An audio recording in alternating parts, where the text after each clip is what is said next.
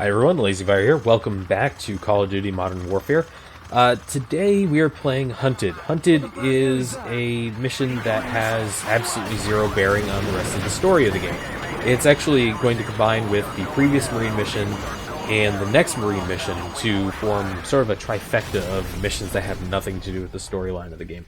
Which is kind of interesting because Call of Duty games from here on out really don't have these filler missions. Everything is sort of in service to the greater story, which I think is sort of an interesting factor. It's not like they were really pressed for time on this game. It's not very long, so maybe it was supposed to be a filler mission. But it's interesting to note a couple things about this mission and the next mission. While they're both filler missions, I'm talking about the next Marine mission, if you will, they're both filler missions, but this mission actually takes place over a significant amount of space, and the next Marine mission takes place over the entirety of one multiplayer map. Like a one-to-one recreation of a multiplayer map in single player. And it's impressive to look at the distance you travel in this map versus the distance you travel in the other map and realize you played it for just about the same amount of time. And that's, I think, part of the brilliance of the way this was designed, where you can take a small area and turn it into this incredibly great firefight. And that's always been a really strong point of the Call of Duty franchise, especially with the Russian campaign during World War II stuff, where you had this really dense, packed environment in a lot of cases. Now, this mission is different than the other missions we've had as well. We've done stealth missions before, of course, when we're trying to be silent enough to get through an area or, stab people in the dark or whatever it is. But this is a different type of stealth mission. We're trying to stay out of sight, trying not to get caught by our enemies and everything like that. I want to go up here. I never get to go up here. This is a good spot, actually. Stop these bastards before they kill the old man. It's a good spot because you can kind of see where everyone's going from. If you stay down there where the lights are, you can't see that guy get behind the barrels very easily, and he'll generally hit you a couple times. Anyways, this is also, I guess, jeez. This is also something of a hardware mission more than it is a stealth mission of any description. You're going to see some stealth elements like what we're going to have coming up here that we're going to see a couple times throughout the game, actually. This little thing of hitting the deck so you don't get caught does come up later on in the more famous stealth mission of this game that everyone loves and talks about still. But this is really a mission focused on a piece of military hardware. In this case, it's the helicopter that's looking for us right now. That thing's going to follow us through the rest of this level. The level basically ends once we deal with it. It's kind of a neat thing that all the Call of Duty games do, is give you the opportunity to hang around, upper level military hardware. And we were talking back in, the first Call of Duty game with tanks and artillery and everything like that. And in this game, with that helicopter that you're fighting against, the M1 tank that was in the last Marines episode and is going to be in the next Marine episode, we're just going to kill all these guys as they get to this thing here and buy ourselves a little bit of time. Wait for it. Wait for it. Gunner. You see him phase into existence there? That gunner is actually the only enemy... Oh, let's get rid of that. He's the only enemy... Doors open, sir. There we go. That the helicopter, or the only offensive tool that helicopter has. Helicopter really relies on him to do anything to you, so the helicopter is more of a threat in that it can bring in enemies for you to fight, which is not always the best when there's only 4 of you, and these guys will fuck your day pretty quickly with grenades and such, especially here now. Alright. Oh, fuck. I was hoping to not get flashbang there. That can always be dangerous. Are you still alive? No, good. So yeah, hardware missions. They're a thing in Call of Duty games. The thing about them, I think, that is really important to note is that, by the way, there's nothing in here. I don't know what's going on. But the thing to note about hardware missions is that they're really cool. You get to see force multipliers and stuff like that, as they might put it.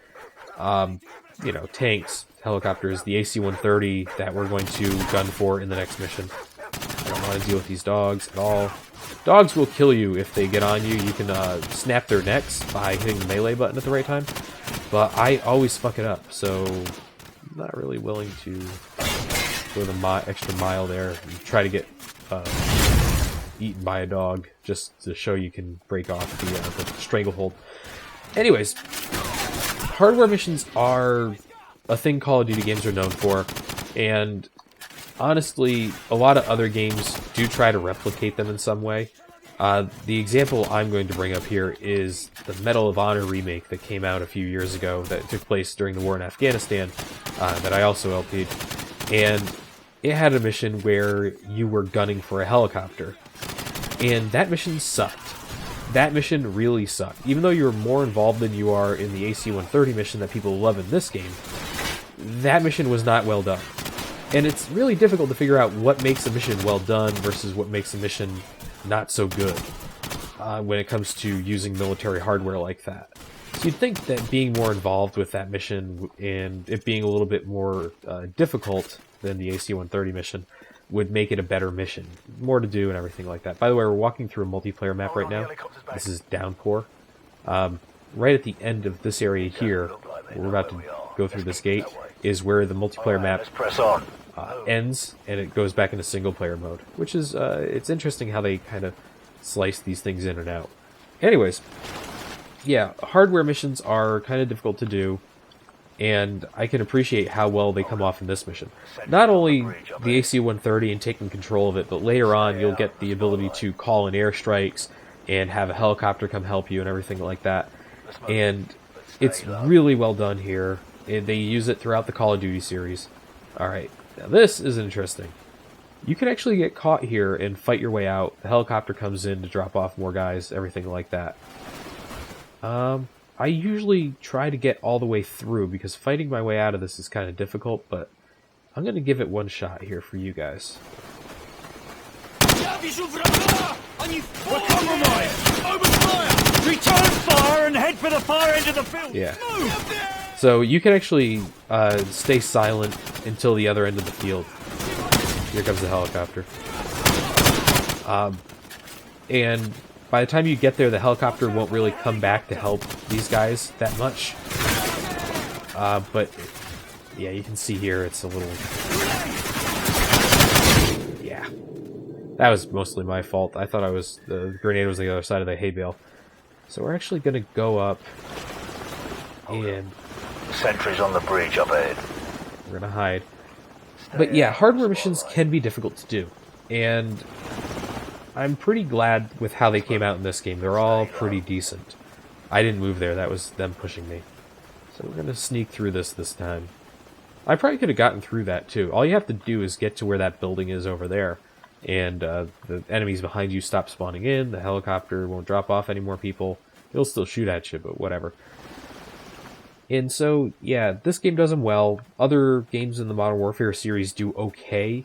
The low light is definitely when the AC-130 mission abuts the A-10 mission in Call of Duty 3.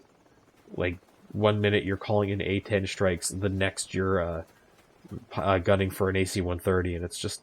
Why are you doing something that the previous games did... Well, okay, this game did way better. And why are you doing it worse? It's... Yeah, there's a lot of reasons to dislike... fuck. You can actually walk. I don't know why I didn't. We can actually make this. I think we can make this run. Yep. Watch out for the helicopter! Perfect. Got it. You can leave your guys behind. They'll catch up to you. Oh, one thing you might notice about the G36 here is that it actually has a better hipfire spread than the MP5. Which is kind of a weird thing, because when I think of Call of Duty games and I think of hipfire usage, I always think of things like the MP5 and other SMGs, not an assault rifle. Whoa. I got hit there and the arc worked out in my favor, I think. Alright. But yeah, the MP5 is pretty damn decent. I'm not too worried about that. Anyways, this mission is actually almost over. You can see that it's... None of these missions in the early part of the game, in this first act, are very long. As a matter of fact, I think the longest mission in the entirety of the game might go 30 minutes. But I am cutting out the AC-130 mission that abuts this. And there's a reason for that. I want to actually bring guests in for that video. Mostly because, well, as fun as it is, it's not the most entertaining thing in the world. And having a couple people talking about it might help that a little bit. Like, honestly, when you think about it, the AC-130 mission shouldn't work. It's, you know, 10 minutes, fuck.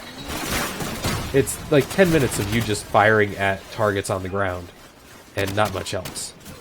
But it's still incredibly fun and incredibly well-liked in the Call of Duty franchise, among games in the Call of Duty franchise, so, you know, it works.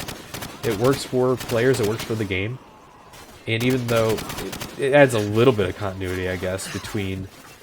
Oh boy, please don't hit me. There we go, get the fuck out. Being able to shoot that guy out is actually the key to beating that helicopter on higher difficulties.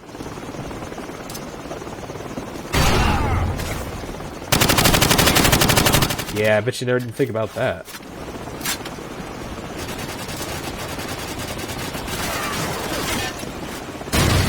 Just trying to get through here. This can be a asshole of a room to get into, let alone take.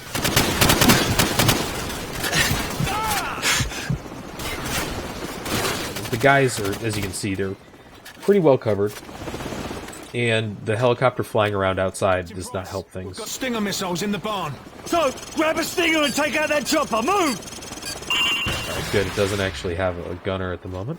That'll make things a lot easier. Popping flares! This won't be easy. So, There he is. another Stinger and fire again. Let's put him to the test. And you can actually miss with most of the Stingers. I believe they'll infinitely respawn on the crate.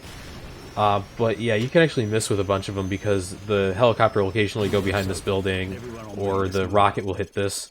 You just saw the pieces of the helicopter go flying up. But yeah, that is essentially this mission. We're basically done. Hunted is not the greatest level of the game or anything like that, but it's still pretty fun. It's still pretty quick. It doesn't keep you sneaking around too long or anything like that. It keeps you in action. And one of the things I think is really neat about this and other missions in the Call of Duty franchise is that they will give you those moments, those quiet moments between firefights that can be filled with tension. This one, not so much, because I've done it a million times and I know exactly how to do it. But the first time you go through, oh man, it can be different and difficult and scary a little bit. And this is not even the mission where I would think about that sort of thing. And right there, well, that's an AC-130 in action. Bravo 6 will cover you all the way to the I think that's why the AC-130 mission is so well loved.